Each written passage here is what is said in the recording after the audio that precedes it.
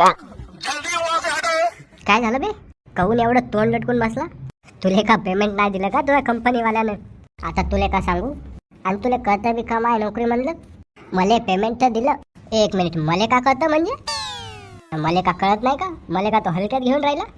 तू engineer हाव म्हणून का सगळं तुलेच कळतं का? आम्हाला काहीच नाही कळत. सांग बरं मग काय कळतं तुला यातलं? काय असते इंजिनिअरिंग आणि का करावं लागतं? सांग बरं, तुला एवढंच ज्ञान होतं? इंजिनिअरिंग म्हणजे गाड्यांचे इंजिन. गाड्यांचे इंजिन. तू या खानदानात कोणी कधी शाळामध्ये तरी गेलं का? आणि म्हणे मला कळतं. का कळतं तुला? एकटं तर मी माझी स्टोरी सांगून राहिलो, ऐकून घ्यायचं सोडून मलाच ज्ञान द्यायला लागला. काय तर म्हणे इंजिनिअरिंग म्हणजे गाड्यांचे इंजिन.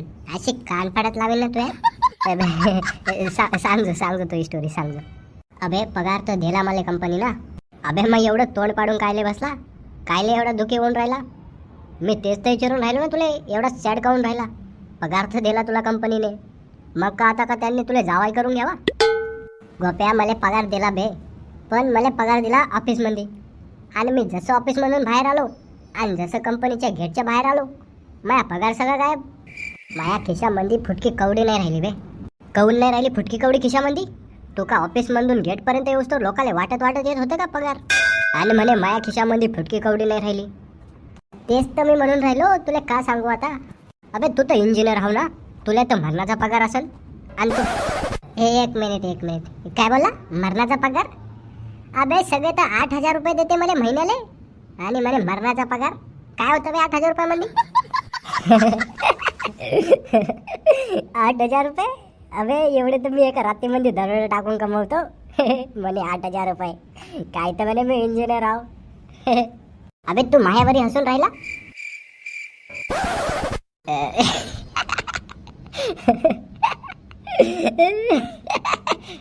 तू जर आता मायावरी हसला ना बाप्पू, तुला पळू मारून तुला मी आता सांगून राहिलो.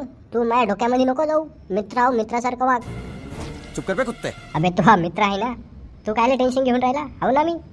काय करशील तू? माझ्या आयुष्याचे येल लागलेत. मग कायले इंजिनिअरिंग केली? आणि तू काय करत होता बे? तू बी तर इंजिनिअरिंगच करत होता ना? अबे पण मी नापास झालो ना. तुला कोणी पास व्हायला लावलं होतं? सुकळीच्या तुझ्यामुळं. तू मला जर आधी सांगितलं असतं मी नापास होणार आहो, मी काही लिहिणार नाहो, तर मी कायले लिहिलं असतं? आणि इंजिनिअरिंग नाही करून बी बनून कायच बनला तू? चोरच बनला ना. हे अबे पण तुझ्यापेक्षा जास्तच कमावतो ना. गोप्या तू तुझं काम करतो यार. तुला सकाळी मग मूड नको खराब करू बरं. तू तिकडे तोंड करून बस बरं. माझं डोकं खाऊन राहिला सकाळी. मी ना कोणत्या परिस्थितीतून चाललोय, तुझं काय चाललंय? इथं आयुष्याचे हेल लागले आणि ह्यानी मला हेल्प करायची सोडून दात काढून राहिलाय. अबे कायले नाराज होऊन राहिला? तुला सांगितलं ना तिकडे तोंड करून बस. तू बोलू नको बरं माझ्यासोबत अजिबात.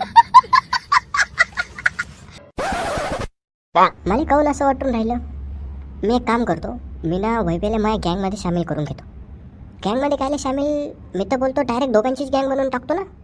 मस्त पोरायला किडनॅप करायचं, बायांचे मंगळसूत्र चोरायचे, कोणाचे कानातले चोरायचे, कोणाचे कपडे वाळत असेल तर ते बी चोरायचे. भिकते ना ते बी 50-60 रुपयाला. तर जाऊ दे, मी बोलून बघतो वैभवला.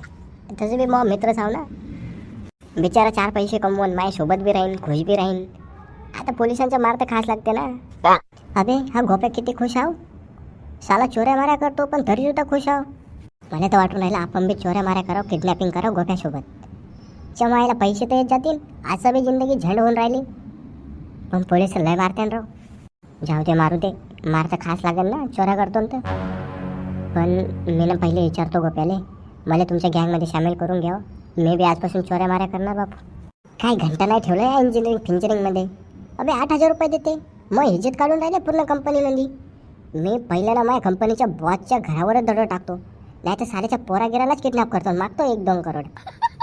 आता का आपल्याकडे पर्याय गिर्याय काही राहिलेला नाही बापू, आपल्याला चोरी करायच लागते. मी काय म्हणतो बाब्या? बाबाजी की बूटी, बाबाजी की बूटी.